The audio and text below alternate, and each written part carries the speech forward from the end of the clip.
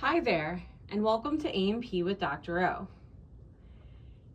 Here we have a model of the bones in the wrist, hand, and the fingers.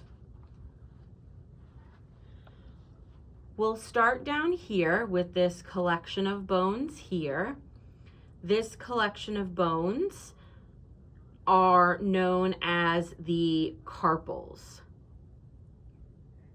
There are the carpals. And then next, we have the metacarpals. And they are numbered beginning on the thumb side. Metacarpal 1, metacarpal 2, metacarpal 3, metacarpal 4, and then metacarpal 5. Then we have the phalanges. And on the thumb, we take a look at the thumb side here. We have two.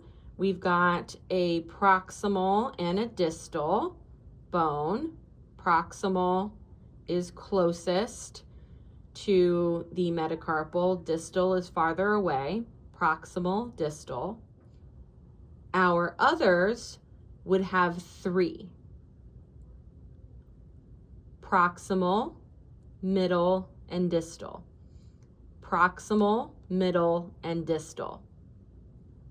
Proximal, middle, and distal. And again on the pinky, proximal, middle, and distal.